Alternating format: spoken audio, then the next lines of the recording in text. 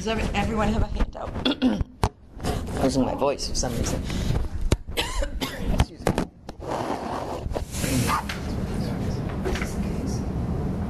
Okay, so what I thought I would do is something a little bit different, a little role-playing here. On the schedule for today was originally a hyperlink to the Logan Marr case. Had anyone gone to that by any chance?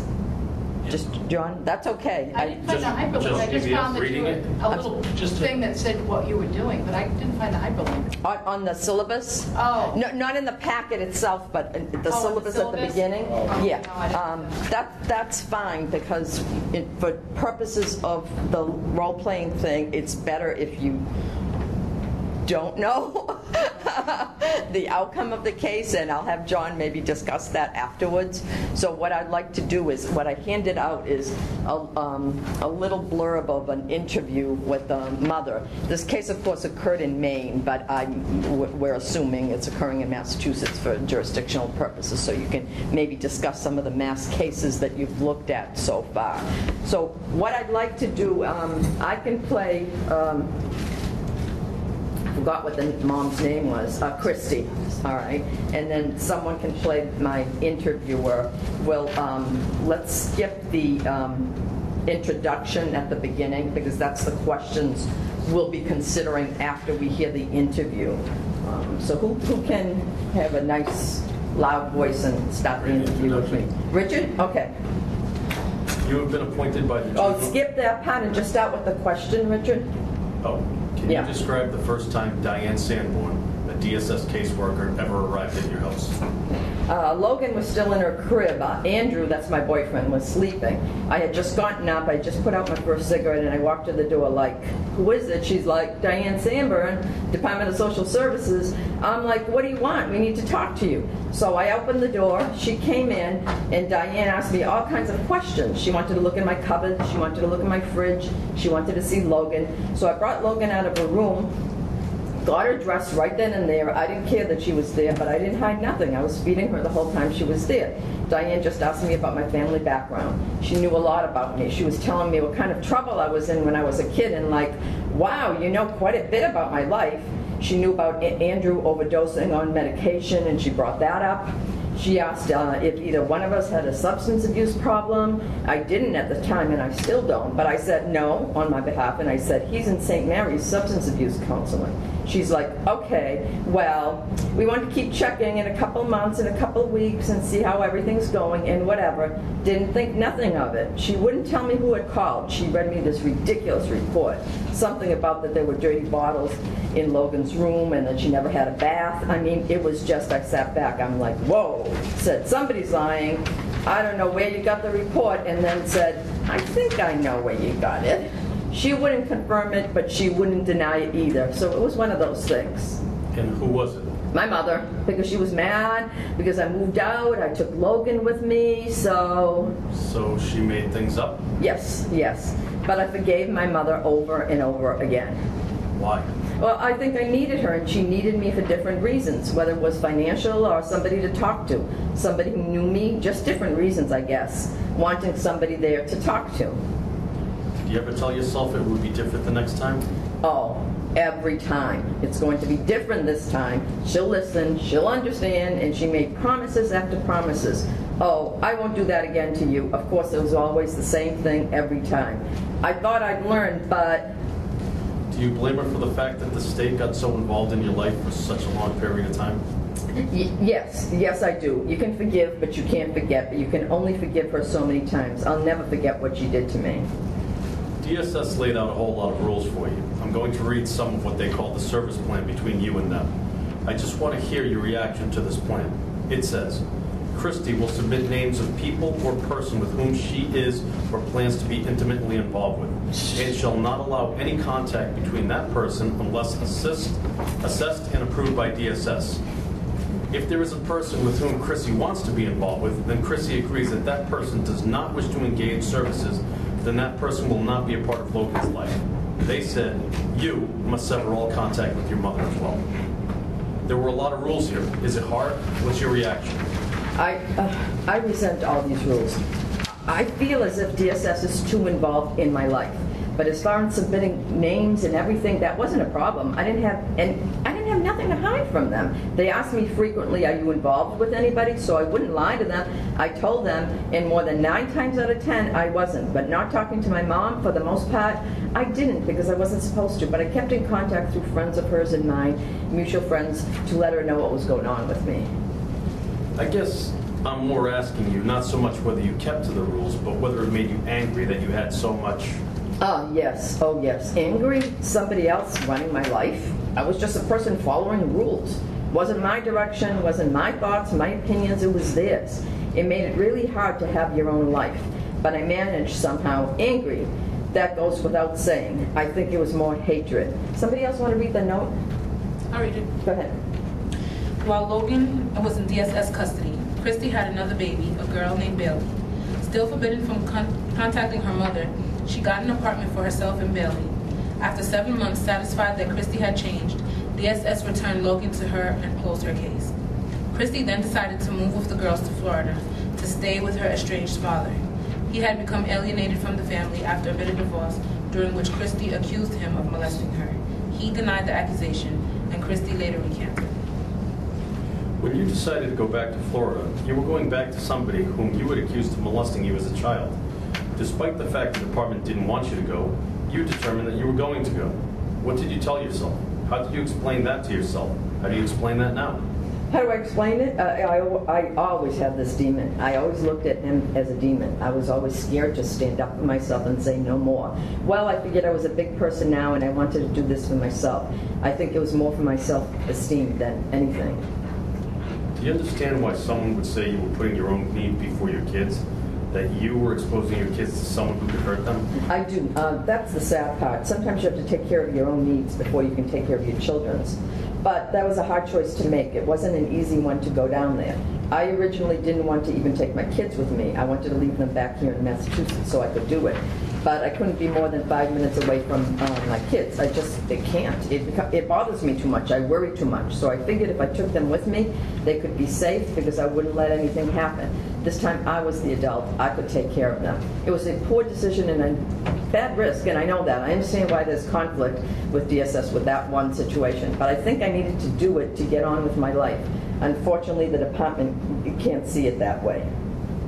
Judita, you want to read the note again? Sure. Christy returned with her children from Florida after 9 weeks and moved in with her mother, Kathy. She began a relationship with a new boyfriend, Paul, a convicted burglar. Concerned about both her living arrangements and her new relationship, DSS reopened her case. When her new caseworker received an anonymous report, never confirmed that Paul had hit Christy in front of Logan. The caseworker moved quickly to remove both girls from Christy's custody. Can you tell about how the children were taken from your home? Tell me the story. Well, Logan was sick. She was sleeping on the couch. Bailey had just gotten up from her morning nap. Paul had gone in to get the baby to bring her out, and there was a knock at the door. It was 11:30 in the morning, and I remember them walking in. I didn't have my hand on the door yet, and they just walked right in. There was 2 caseworkers and 2 cops. There was one in uniform, one out of uniform. I said, yes, can I help you? I knew who it was, knew the caseworker right by her face. She goes, yes, we're here to take your kids. I'm like, excuse me, why? It's in the affidavit. Read it, get their things together. I'm like, you can't do this. She goes, oh, yes, I can, and I'm going to. And she did. I got Logan and woke her up. She looked at the caseworker, and she knew who she was. She knew why she was there. Logan started screaming. No, Mommy, don't let them take me. Mommy, please don't let them take me. I told her it was going to be okay. She's like, no, Mommy, don't make me go. You're talking about a 4-year-old who's sick with the flu, you know? I barely had time to pack a small bag for each of them, and they were gone. I carried them all the way out to the van. I was surrounded by 2 cops and 2 caseworkers. One, the caseworker herself, jumped into the van in the driver's seat. The other one was in the back seat with the kids trying to get them buckled in. They slammed the door and she took off. I remember I fell to my knees and I cried, dear God, no. So this is one event, you know, that precipitated the removal of both of her children at that time. And at that time, Logan was 4, Bailey was 11 months old. So let's suppose first that she became your client and you're going to advise her. Okay. based upon what you know of now statutory procedure, case law, etc. And you know, first of all, if the children were removed, Jeremiah, what happens next? The 72-hour hearing? Okay, so if you were meeting with her for the first time, what are some of the things that you would talk about? What would you explain to her? Her being, you know, a layperson, but whose children were just taken from her. I would just make sure she understood the rationale of why the state did what they did, and then try to get from her basically why was the state wrong. You know, I'd want to know her current situation. I need everything I know to basically go in and prove her current fitness. So suppose one of the things that suppose you just wanted to start at the beginning, just to make sure she understood legally what was happening. And let's start at the beginning. There's a little bit of a review too, where we'll be doing a mock hearing next week, and then the week after we start chins. So suppose you were going to explain the 51A reporting process now to this client, the amount. Maybe as far as someone, reporting official, or... Because what we just read was that there was an anonymous, right? Right. So I mean, it sounds like... Okay. So what would you be telling her? Pretend I'm her and you're advising me. Someone we don't know who, because they remain nameless. I don't want to say filed a complaint, notified DSS of what they thought was behavior or incidences that were not in the best interest of the welfare of the child, of your children. Actually, at that point, it was just child. What precisely precipitated, now she had already been involved with DSS, we'll call it DSS for now because they were DSS before. She was already involved with DSS, but what precipitated this particular 51A? Sounds like with the breaking of the service plan. Which was what? That lengthy one where she has to submit names of people she's going to be involved with, avoid contact with her mother. Not only submit names, but DSS has to approve them. And apparently she came back. Okay, so right now you're talking about the service plan, Jeremiah, but what precipitated this actual removal that morning?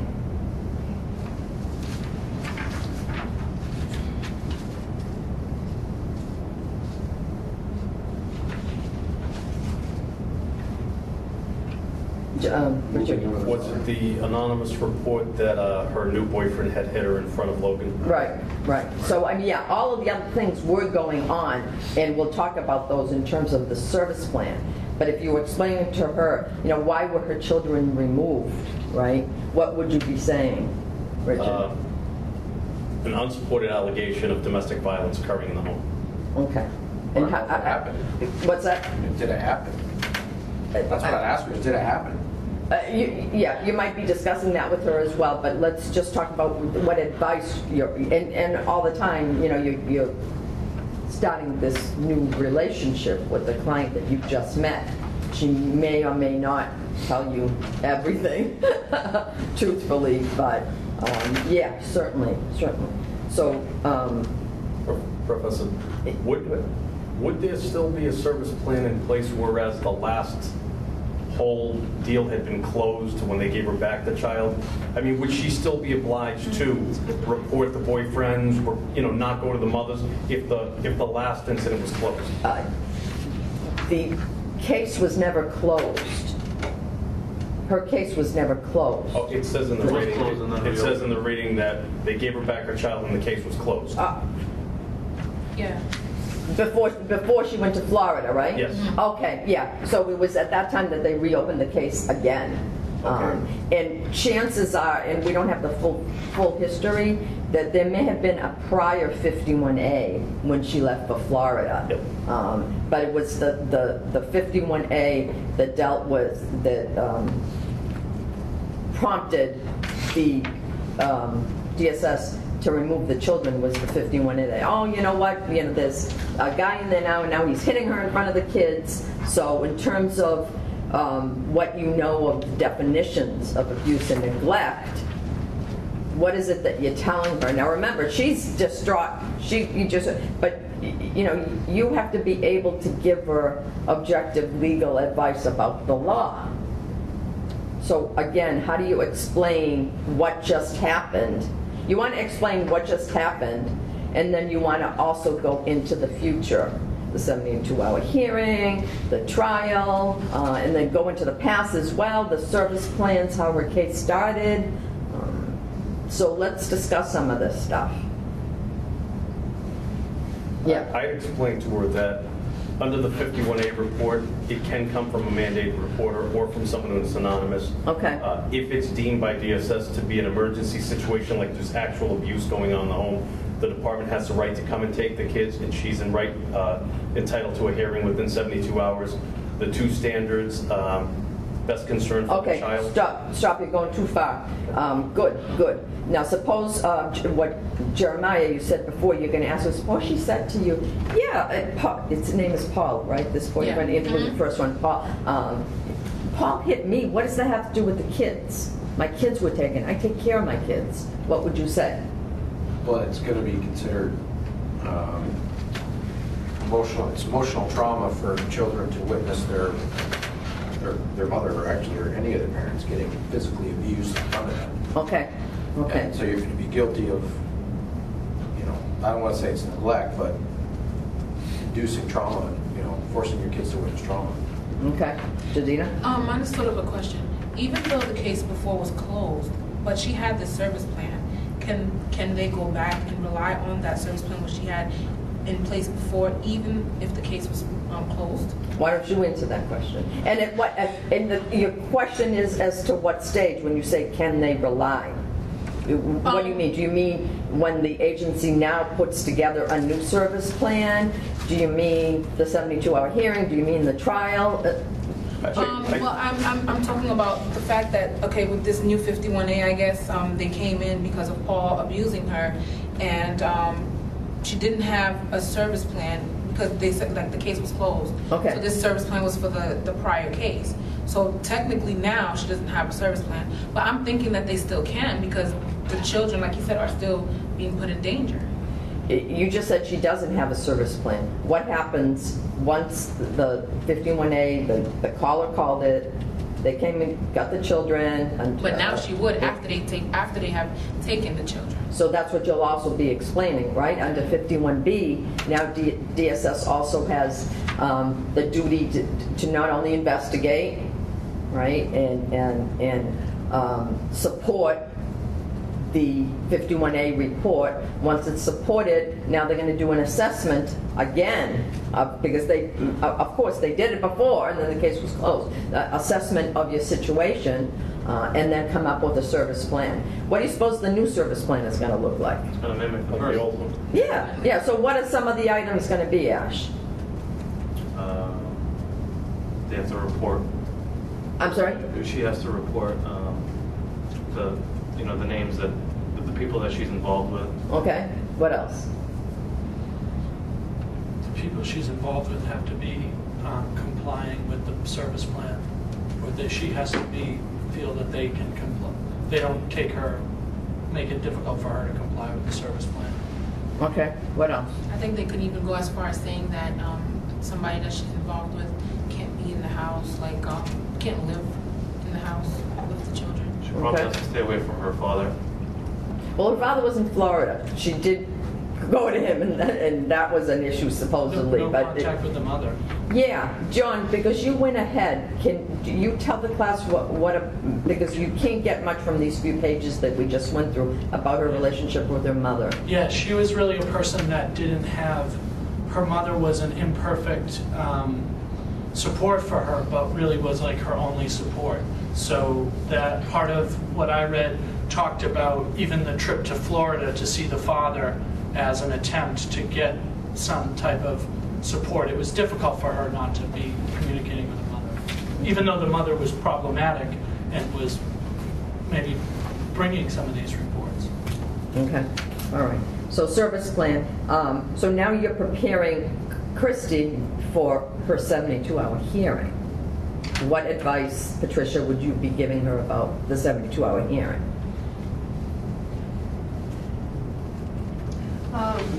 That would be an opportunity to refute some of what they were saying in their 51A. Okay. And try to bring as much evidence as possible and try to put in place, if they had a concern about her living arrangements, and try to address that and get into a better situation. So that would show that she was very quickly trying to make progress to get her kids back. How would you explain, the burden of proof, what DSS has to do at this hearing, etc.? Well, they would have to prove that the living arrangements she had were breaching the service plan that was in place, in terms of having to report that she hadn't reported who she was involved with or who she was living with, and that Paul wasn't probably the person that she should be with since he was a convicted burglar. How would that come into play, what Patricia just said? Where typically a 72-hour hearing that occurs after an emergency removal usually just deals with, the circumstances regarding the removal. But how in this case could DSS go, as you said before, further back in time? Because what particular standards does DSS have to comply with at this 72-hour hearing?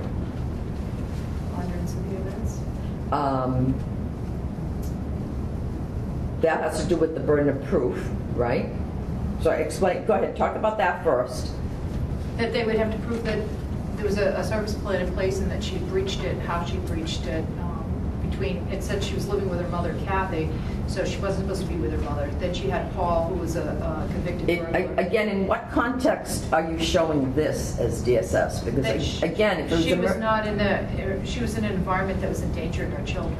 Her mother was not a good person. She wasn't supposed to be with her because she was not conducive to her being able to have the children. Remember way back when we first went through Chapter 119, 29C, I believe 29C, the reasonable efforts requirement.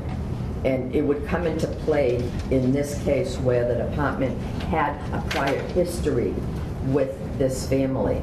When for the court to award custody to someone other than the parent, the agency here, DCF or DSS, the court actually has to certify that before removal, right, before removal of the children, that the department had made what's called reasonable efforts to work with the family. This originally was a federal requirement by which, these agencies, they get funds and money so they can offer services and whatnot. It was written into the Chapter 119 some years ago, so the judges actually have a 29C form that they certify that reasonable efforts were made before removal. So part of DSS's case at the 72-hour hearing would deal, as you guys just said, with the past stuff as well, not just the removal because Paul was hitting her. It also would deal with, the service plans and what DSS had tried to do with this family before removal. How much is that going to negatively affect Chrissy? Because it almost seems like she's not getting her due process. She did everything that she had to do. She complied. DSS said, we're washing our hands, you're good to go. And now there's an incident, and like you said, it's really Paul hitting her. It's not, although there is definitely the element of abuse happening in front of the children, she is kind of right when she says this has really, you can explain the best interest of the children. So suppose she's saying this to you. Hey, I don't understand why, blah, blah, blah, I've done this, I went to a new apartment. I would say we're not accusing you of anything right now, but it's the best interest of the child we have to look at, and we have to look at that the court would look at, because you're an attorney explaining. Patricia, you want to... Well, no, I'm just wondering, why wouldn't DSS have her have a mentor and put her in a different environment if they had a placement for her with the kids, to get her out of the environment they didn't like, to support her, since they really want the family as a unified. Right. Well, it just seems that as John mentioned before, we have this young mother. At first she has one child. DSS doesn't want her with her own mother, or her only means of, support. Emotional or other support. Then she has boyfriends that are abusive. No, you can't be with them either. So you're leaving her out to dry. You're setting her up for failure here. exactly. Ash? Well, I think that's what we would argue, that, you know, DCF has a duty to strengthen and encourage the family life, and they're doing the complete opposite. They're stripping this woman's children away from her. So here's a question for you too. If you, how would you explain to her that it looks like she was a victim of at least domestic violence, maybe sexual abuse as well? So both in her past as a child and in her present relationships. And how would you explain to her that that might result in an inability to adequately care for her own children, when she does obviously love them, do the best that she can with the means that she has? How would you explain that to your client? No risk. What's that? I would just explain to her, like, you know, hanging around, like, although it says she recanted the accusation against her father, but assuming it was true. Right. When she claimed that her father had sexually abused her as a child, taking the children to be around that person, I would explain to her, is because it happened to you, assuming you did, you know firsthand what this man is capable of. So that's a known risk, and you intentionally put your kids in a known risk situation. That's, and I'll explain to her, that's something the state's going to look for, because it shows that you don't have their best interests at heart. You're not as concerned for their welfare as you should. It's like letting your kid play in traffic. I think one of the most telling things is that she tells in the handout that you passed out is sometimes your needs have to become before your kids. She even admits that. I think that's really telling on the safety of the kids. I think that only applies to airlines and oxygen masks. So, yeah, how, and would you explain to her what she's going through as a victim of domestic violence and how that could affect? Cassandra's nodding. So, what would you say? I would tell her that domestic violence is a serious issue, and it manifests itself in many different ways. Someone who's been a victim will go into depression. They'll go into certain that could really hinder her from becoming a mom, because someone that's depressed or sad or emotionally disturbed are, in a sense, stripped of those essential qualities that are needed to be a mom. So if she's not whole, if she's not, in a sense, whole in terms of her emotional and physical, then how could she be a good mom? Not a good mom, but how could she be the best she can be for them? So I would want to hone in on that, because that's important. Someone who's broken and shattered in some ways cannot provide. So she didn't have an attorney until now. Yet the department had worked with her since Logan was little. And Logan's, Logan is 4 now, right? So what services could she get that maybe you could advocate for? Patricia? Everything from housing and food assistance, a mentor for a parenting mentor, just a support. If she needs a break from the kids, she has to do something, she can't take them with her. Just somebody that's that's checking in with her initially on a daily basis and wean her from that. So at least she has somebody that rides, phone support, whatever she needs, legal advice. I mean, bringing her to somebody that would give her legal advice. Well, that would be you. Right. Judita. Also, I know they have classes for women who are victims of sexual abuse, domestic violence. Yes. Maybe those kind of things to kind of help her recover, and like Cassandra said, to make her whole again, even if she might not be 100%, but the chances of recovering are better when she has these classes, and that will help her. And then to learn to protect her children from that as well, to see the signs, like if this is to happen, she knows what's going on with her children and she can protect them. Okay. And Cassandra, something else? Yeah, I've dealt with mothers who would go to court and the judge will say, no, until you seek therapy for your own personal issues, right, I'm not giving your kids back. And they'll do that. And so even sometimes the judge will ask a therapist to come in and testify as to, okay, has she been going to her therapy sessions? Is she cooperating? Is she meeting you on time? Right. Is she addressing the issues? And so long as they're not doing what they're supposed to be doing, judges were like, no, no. John? Yeah, I would kind of mention the case. I don't think sexual abuse is a big issue in this case, because there was a little question about whether, as a child, she made this allegation, just was prompted by her mother to make this allegation against the father. But I do think domestic abuse is an issue, and I would mention the case. I forget which one it was that we read, where the mother isn't taking her medication and becomes paranoid when she doesn't take her medication, and just say that the way that the courts look at these things is, yes, you have a big burden on your shoulders, but you have to take responsibility for it, and that's part of doing that would be like going to counseling. And along that line, how would you advise her or tell her about the standards of current parental fitness and best interest? How would you apply those standards to her situation to sort of predict down the line how your case might go? Richard? I would first tell her that the standards are very intertwined. Best interest test as well as current fitness. And I'd actually, just like DSS or DCF is going to look back and see her prior involvement service plan, I'd say, listen, you had a service plan before, you did the right thing, and you showed them that you were currently fit. It's very capable if you're doing it again. As a matter of fact, it says that, I think he has one.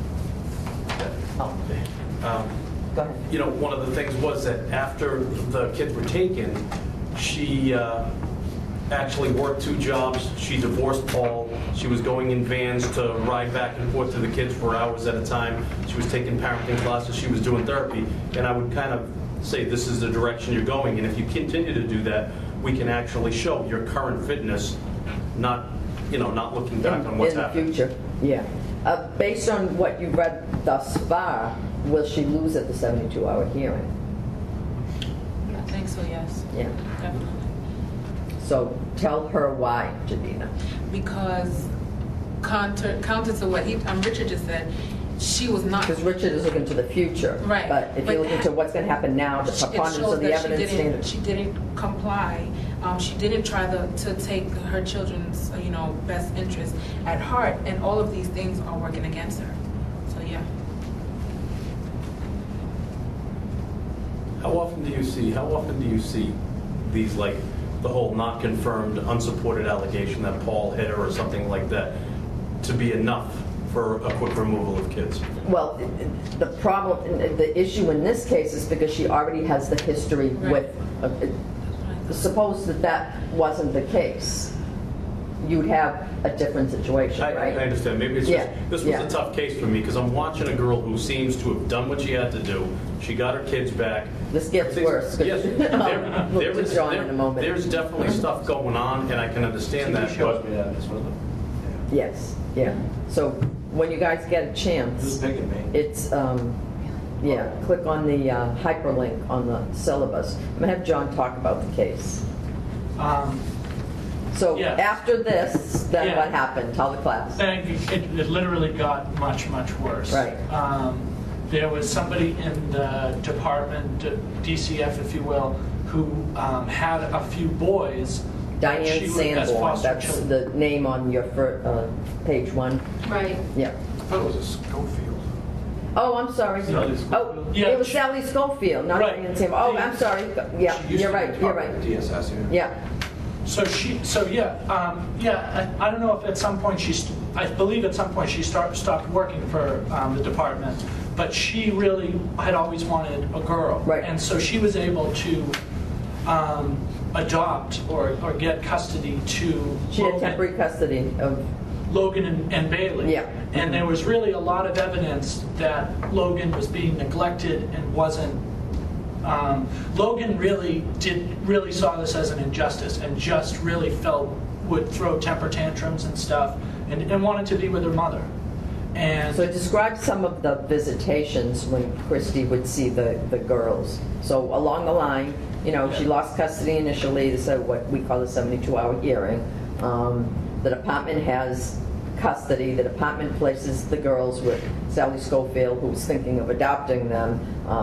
But Christy is seeing them periodically for visitation. So if you could describe some of that. Yeah, they would have these supervised visits, and the first words out of the child's mouth, it seemed like, were, I don't like Sally, she hurts me,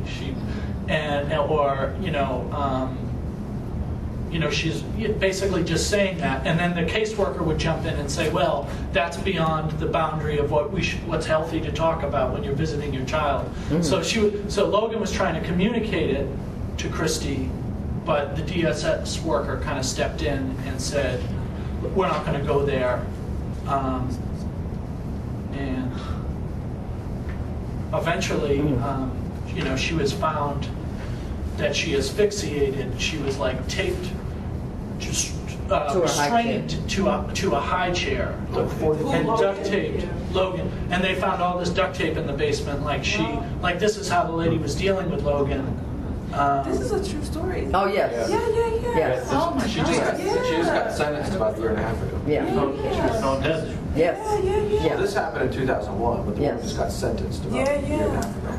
Oh my God. So she Yeah, was, so she what was formally the foster mother would do is, especially, and the tantrums would occur after the visitations. So, on the one hand, you have like the foster mother and DSS saying, it's because Christy's no good for her or whatever, but it's because Logan wants to be with her mom, and Logan's getting older now, 4 or 5 years old, and she's screaming after the visitations. Usually the tantrums would occur on or around those times.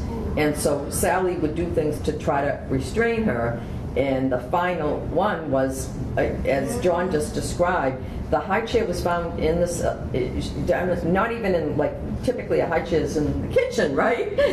So she's in the cellar, and she's duct taped to the high chair, and there's evidence of not only asphyxiation, but the way that she was duct taped was really... That's what killed her.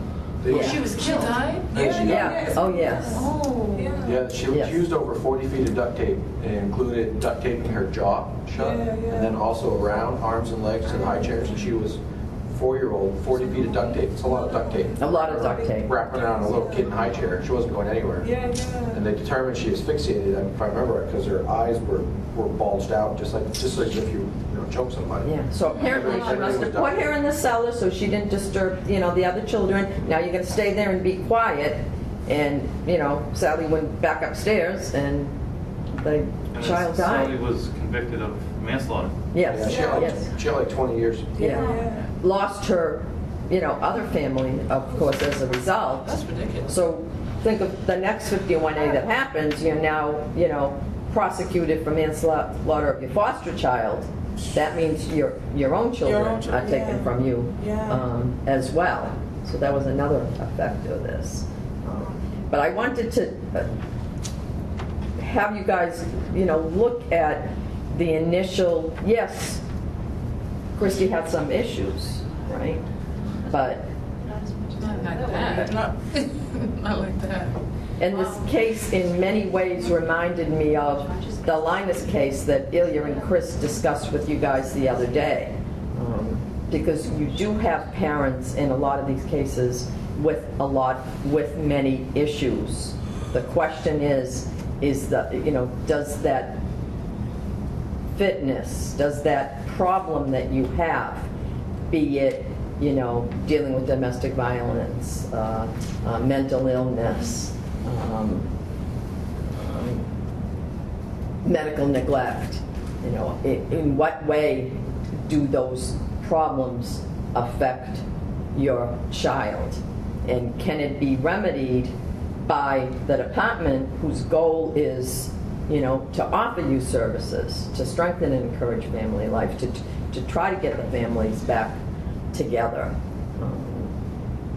So the department loses a lot of credibility, just in this case. Exactly. They take a little problem and then they perpetuate it. Exactly. They are the reason why this little girl is dead. Exactly. And there's a huge thing too. The foster mother, before the one that gets arrested for the involuntary manslaughter, she can't handle the child either. She takes her to a specialist that deals with child physical abuse and sexual abuse, and they say nothing's wrong with the kid. They don't find that she's been physically abused. Right. So basically, DSS took the child just because of their own misgivings about the mother. But about the mother. not really too much about the kid. Exactly. And how come, because, I mean, children at that age they normally don't lie, especially when it comes to things like that. So if she's saying that, she's being hurt, how come the department didn't even try to look into that? Exactly, and that's another obligation.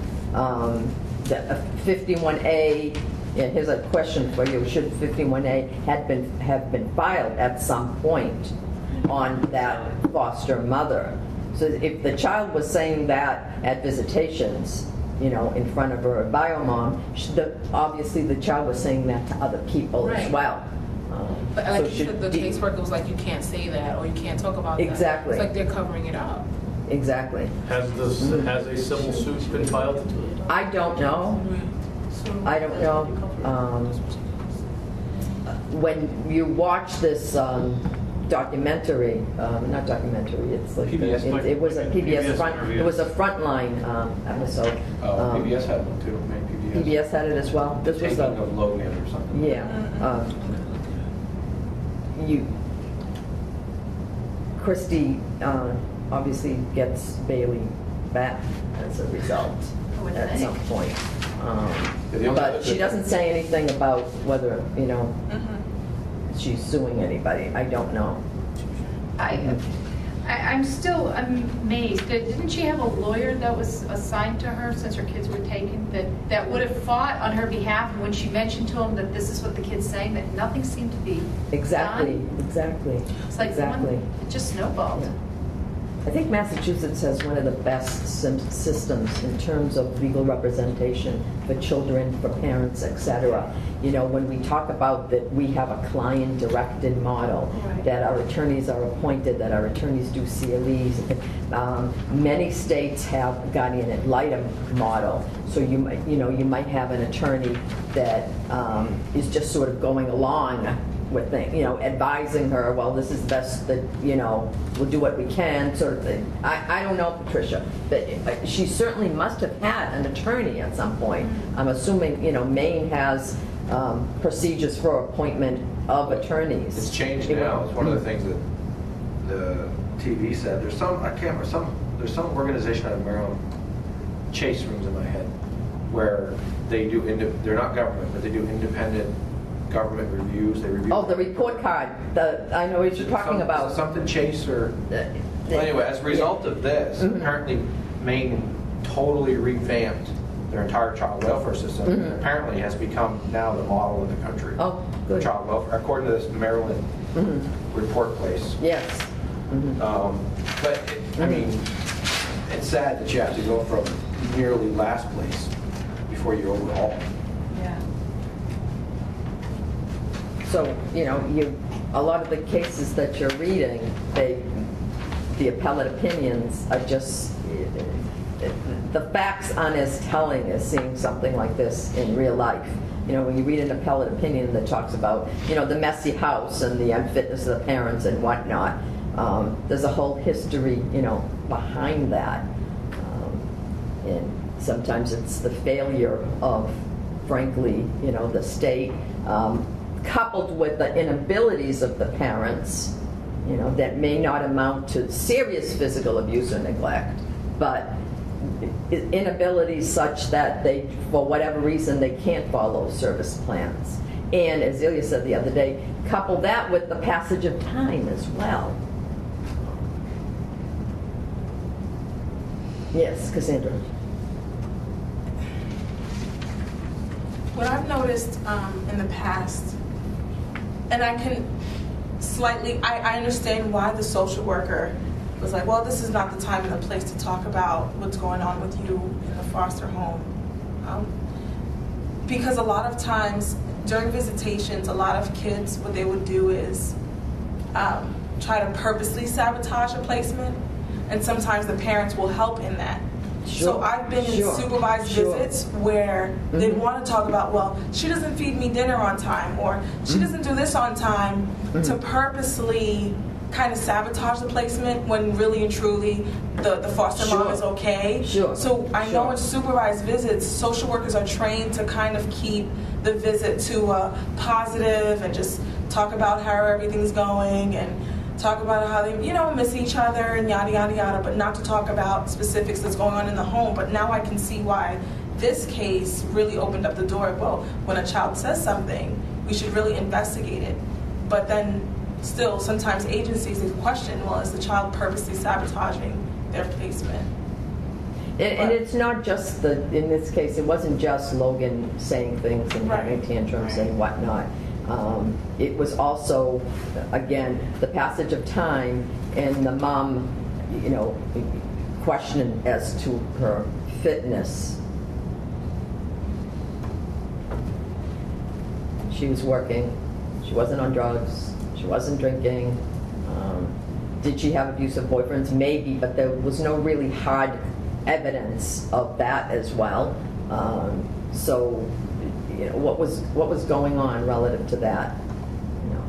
I mean, it just seems like the department just absolutely sabotaged her. They gave her a goal that she couldn't reach when they told her to cutting off the support system was the bad thing. Exactly. You can make somebody work as hard as you want, but if you cut off their support system, they can't make it.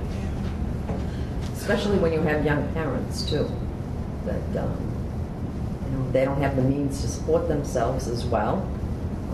Ash? In the interview, Sally Schofield is pretty much denying that she ever restrained her, she ever used duct tape. She's pretty much saying that she just had a seizure in the high chair. Right. And that's how she died. I know. Let's take just the next few 10 minutes, 15 minutes or so to discuss a different kind of unfitness, and those are the two Munchausen by proxy cases. And they were the last two, the Wilhelmina and the Keith. Has anybody ever heard of this malady before? Yes. Richard says yes. Yes. Patricia says yes. Who else had heard of it before reading about it? John? No. I have to. Yeah. How would you describe it? You decide that you have Who's you?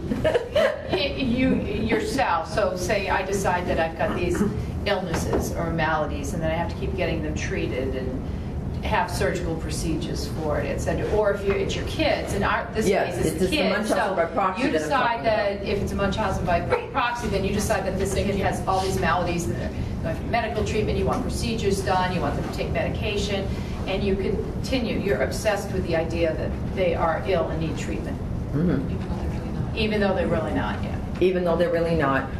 What else do we know about? And is it typically a woman? Hate to say it. Yes. Yes. What else do we know if we're going to think of the general characteristics of a woman who's suffering? Nadish? It says they mostly are medical professionals. They're mostly medical professionals, or they somehow know, there might be a, corollary to, maybe not a nurse, but a nurse's aide, or they know something about medical. What else? Yes. Sometimes don't they, in order to convince them, they make their children ill, or they do things to make them sick. Yes, they could actually do things to make their children ill. What about the home situation? Is there a mother and father usually in the picture? Is there usually just one parent? One parent, or what else? Say if it's somebody that that's married, where's dad usually? Was he not home, usually working? Not home, working a lot, not, knowing the day-to-day stuff of what's going on with the kid, and maybe is likely to, at least for a period of time, believe that his child is actually sick. What else about the seeking of health care does the mom go through? So she thinks the kid has, an ear infection, and goes to the pediatrician, and the pediatrician says, no, it doesn't look. Well, let's watch him for a while, bring him back. What else? Well, it's almost like a disbelief in what the medical opinion is. If medical opinion's an earache, they'll think it's a tumor in the ear, and they won't accept the medical advice. They won't accept and might do what as a result. Keep going and go into different. And so sometimes it takes a while for someone to file a 51A because there isn't one record of all of these visits to one healthcare place. So she moves them around. In some cases, I think some of them actually try to medicate the child on Yes. their own. Mm-hmm. I actually had a friend of the family, the daughter had a pretty serious kidney ailment, and she had a very strict diet. If she did that, she had no medical problems. So mom would throw in the foods that weren't on her diet, would make her sick. So she'd get to take the child to the emergency room. Exactly. And from what I gathered at the end, it seemed like the mothers are usually hungry for some kind of affirmation or attention. Exactly. And, oh my God, I can't believe this happened to you again. And then they keep doing it. So what was the situation in Wilhelmina, if anybody got that far and read it? What page is it up? Hey, Janet. Tricia. 545.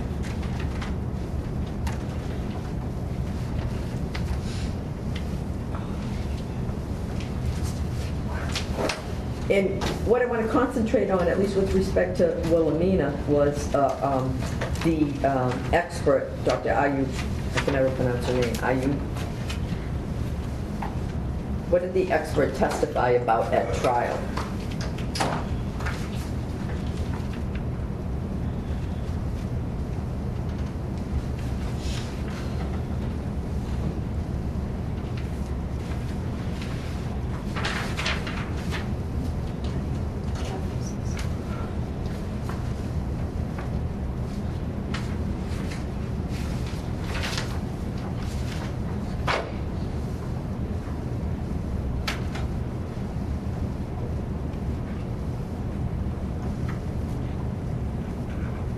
By the way, did mom lose not only the fitness part of the trial, but the best interest part? Was mom's parental rights terminated? Didn't she accuse the father of sexual abuse?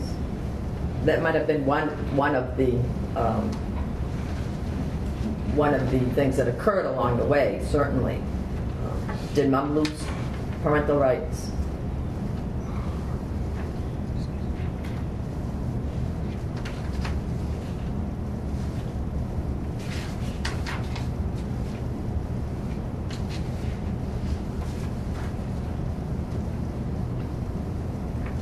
Catherine Ayub or something?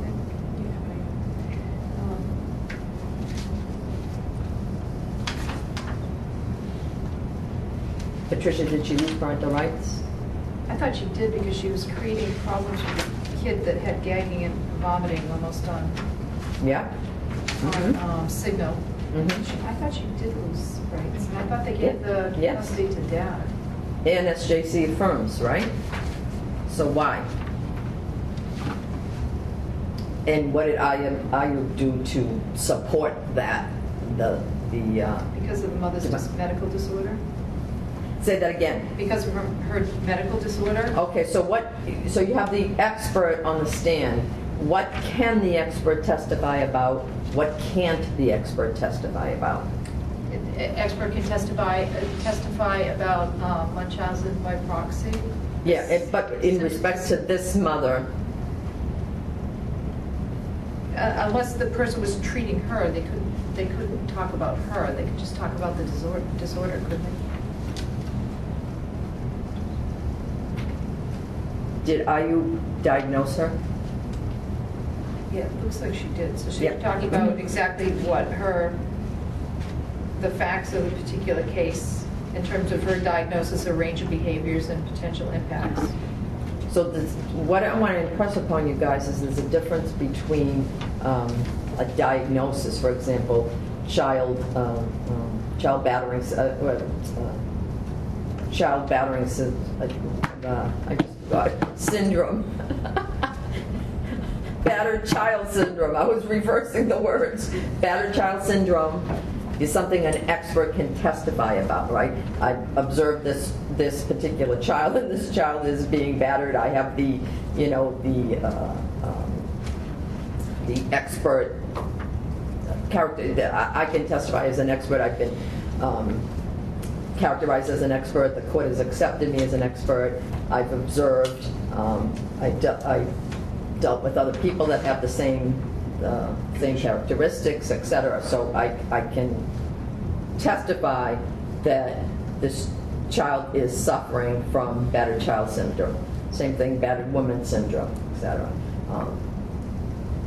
But for example, say you have a camp protection case in which, you know, dad is the alleged perpetrator. The expert cannot testify that dad fits the profile of an abuser. So that's what this case was saying, that you have to be careful that you're not, you know, if you're testifying as an expert, you have to be careful that expert can't say that someone fits a particular profile, because that's prejudicial evidence. But if in fact there's a clear psychiatric disorder, usually accepted by the DSM Diagnostic and Statistic Manual of the American Psychiatric Association, battered child syndrome, battered woman syndrome, now Munchausen has been accepted as a disorder. Ayub is famous. She testifies in all of these Munchausen cases. Can an expert say that you fit the profile of a battered woman? No, it's not that you fit the profile of a battered You woman. just have conditions and characteristics of a battered woman. Exactly. It's a syndrome akin to PTSD. And the battered woman suffers from PTSD. And I've treated many over the years. This is what I do, etc. And I, you know, met with her and interviewed her once. That might be enough. So that's the opinion evidence, and frankly, you know, that's how Wilhelmina's mom lost Well, not only, you know, custody of her child, but and here's the other thing with Munchausen. The only really way that you know for sure that someone has Munchausen by proxy is how. They admit it. What? They admit that they. Well, they never admit it. When you start seeing You take the child away from them, and all of a sudden they're not sick anymore. So this child, you mentioned that mom was saying, oh, he sexually abused her. Well, dad got custody of the child, and the child, lo and behold, wasn't sick anymore and did better. So that was also evidence that the judge considered in the termination trial. You wonder if some of these people set themselves up, because I wrote a note, she should have just left dad alone. It's like she Right, exactly. perpetuated it until it blew up in her face. So it's almost like they have a self-fulfilling prophecy that they want this to happen because they work so hard at it. Yeah, and they want the attention perhaps of the spouse is what, is part of the syndrome, part of the disorder as well.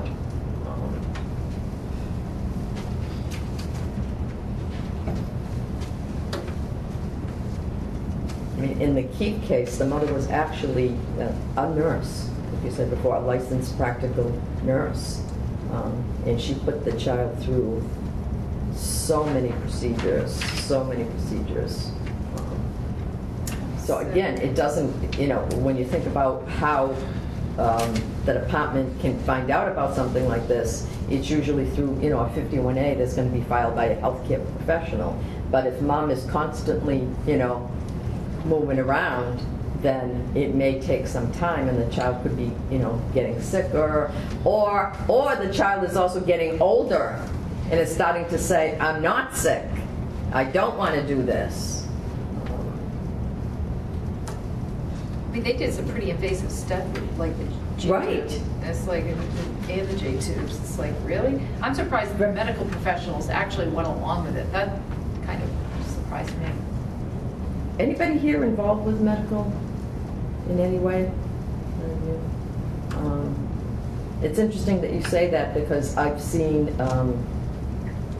a lot over the years where parents can actually, if you push it, I want them to have this. For the most part, you can get doctors that will do it. I know. It's scary.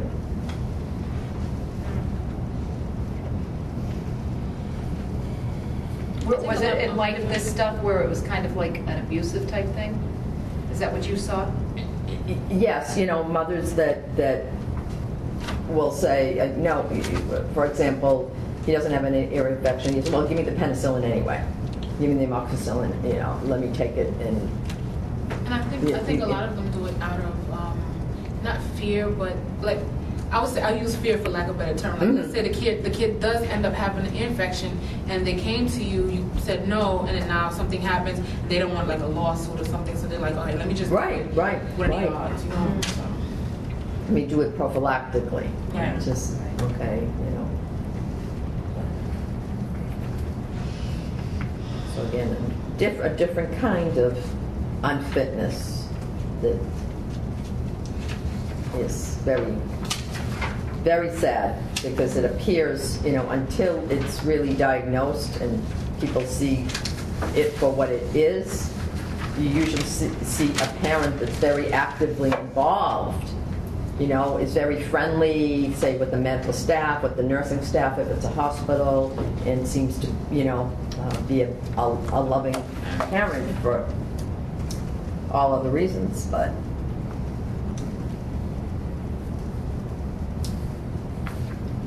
did you all get my email? Yes. I'd like to Sign rules. assign roles for next week.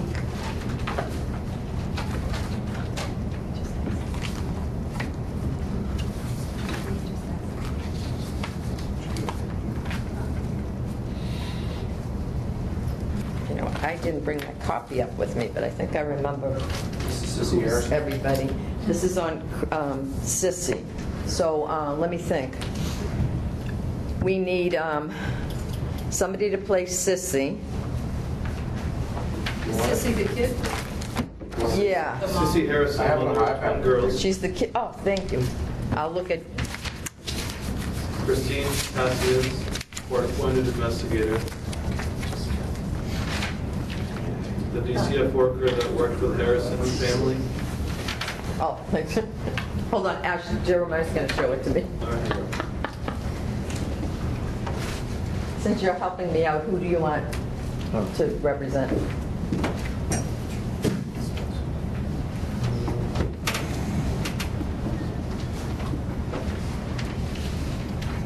Cool, sorry, is that, you looking for one of these 9? Yeah. I'll go with 6.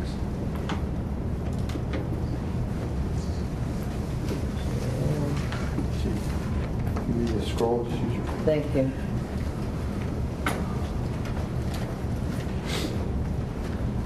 Okay, so we need somebody to play Sissy, who's very young, a child herself, but the mother of the twin girls, Judita. Then the court-appointed investigator, Christine Pashas. Any takers for Christine Pashas? John? You'll be Chris. And then we need 2 workers. One is the worker that worked with the Harrison family, including Sissy when she was, I want to say little, until she, became pregnant. And then we also need a worker that now works for Christy. Which one you want, Cassandra? I'll do the first. The first one? Okay. Yeah. So, do we have another taker for a social worker? Joe? Okay. Carla Harrison, the great-grandmother. I'll be Carl Harrison, Okay, great-grandfather. Richard. Jeremiah's the GAL. Attorney for Sissy? I will. Okay. Tricia? DCF attorney? Ash? Attorney for child? Nadej? We have Nadej. And Lester, is that it? Lester and Tim. And Tim, too. So you know what we're going to do? Attorney for Sissy, Pat. I'll have Lester with you. Okay, for attorney with Sissy? Yeah. Okay. And then DCF, I'll have Ash and Tim. And Nadej, you'll be by yourself, attorney for the twin children. Okay? Thank you, Jeremiah.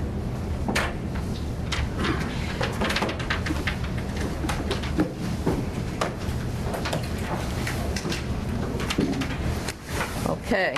See you Tuesday.